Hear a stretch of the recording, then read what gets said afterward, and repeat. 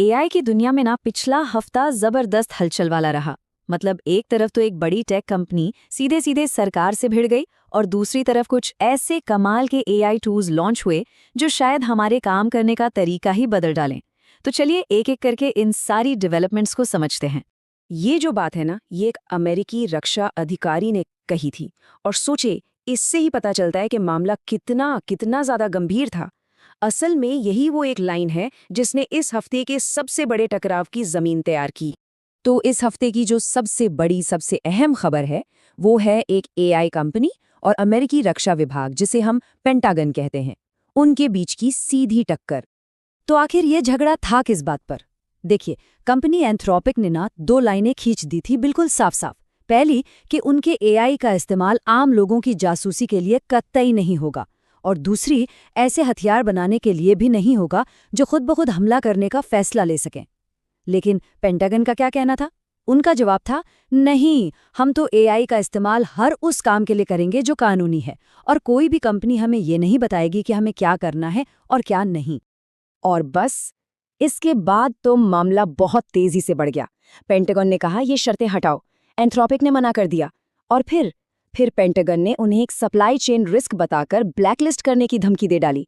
अब ये बहुत चौंकाने वाली बात थी, क्योंकि पता है, ऐसा बर्ताव ये आमतौर पर दुश्मन देशों की कंपनियों के साथ किया जाता है, अपनी ही किसी अमेरिकन कंपनी के साथ नहीं। और ठीक यहीं पर कहानी में एक बड़ा मोड़ आता है। एक तरफ एंथ्रोपिक अपनी शर्तों पर अड़ा रहा, तो वहीं दूसरी तरफ एक और कंपनी XAI सामने आई और उसने पेंटागन की सारी शर्तें मान लीं। और इसका इनाम क्या मिला? उन्हें उन क्लासिफाइड यानी खुफिया सिस्टम्स का एक्सेस मिल गया जो पहले सिर्फ एंथ्रोपिक के पास था।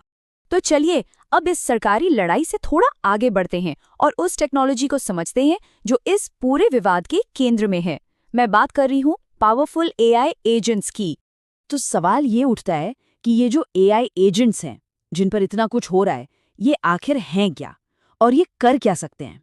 इसका एक जबरदस्त उदाहरण है परप्लेक्सिटी कंप्यूटर। जरा सोच कर देखिए, एक ऐसा एआई जो आपके लिए रिसर्च भी करें, डिजाइन भी बनाए और कोडिंग भी कर दे, सब कुछ अकेला।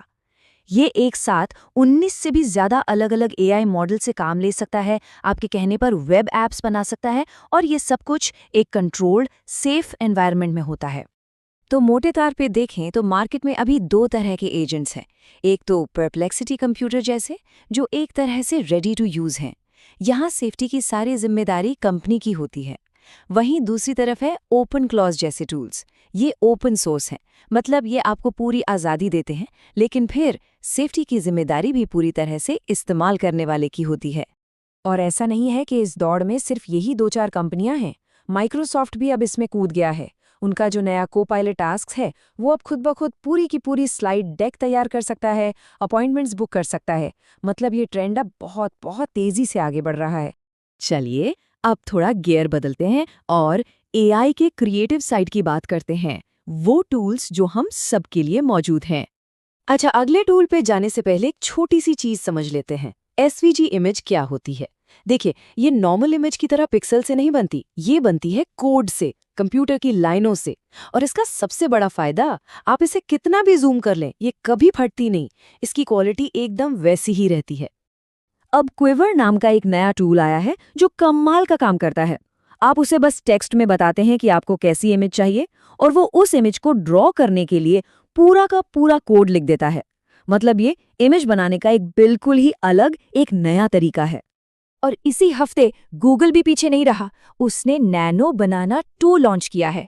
ये एक जबरदस्त इमेज जनरेटर है, बहुत फास्ट है, इमेज के अंदर टेक्स्ट बहुत सही लिखता है, और सबसे अच्छी बात, ये सबके लिए बिल्कुल फ्री है। चलिए अब फटाफट कुछ और खबरों पर नजर डालते हैं जो हमें कह सकते हैं कि भविष्य की एक थोड़ी हैरान करने वाली झलक दिखाती हैं। ये नंबर देखिए, ये वाकई में चौंकाने वाला है। हाल ही में कुछ वॉर गेम सिमुलेशन किए गए और उनमें 95% मामलों में बड़े एआई मॉडल्स ने न्यूक्लियर हथियार लॉन्च करने का फैसला किया। अब ओपन एआई के सीईओ सैम ऑल्टमैन का ये बयान सुनिए। ये थोड़ा सोचने पर मजबूर करता है। उनका कहना है कि एक एआई को ट्रेन करना एक इंसान को पालने पोसने से कई ज़्यादा एफिशिएंट है। क्यों?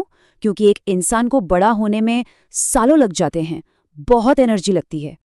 और अब असल दुनिया से एक और उदाहरण। बर्गर किंग क्या कर रहा है? वो अपने कर्मचारियों के हेडसेट में एआई लगा रहा है।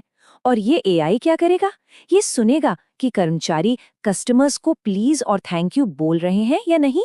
एक और नई सर्विस आई है, पिका एआई सेल्स। ये क्या करती है?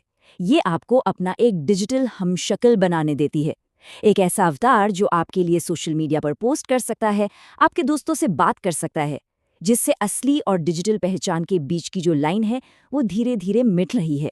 तो इन सारी खबरों को, इन सारी डेवलपमेंट्स को अगर हम एक साथ देखें तो एक ही बड़ा सवाल आकर खड़ा हो जाता है, आखिर इस एआई को कंट्रोल कौन करेगा? तो आखिर में हम इसी सवाल पर आकर रुकते हैं। एआई की ताकत तो हर हफ्ते हर दिन बढ़ रही है, पर इसके नियम कौन लिखेगा? सरकारें लिखेंगी, इसे बनाने वाली बड़ी बड़ी कंपनियां लिखेंगी, या फिर हम सब मिलकर लिखेंगे? इस सवाल का जो भी जवाब होगा वही हमारा आने वाला कल तय करेगा।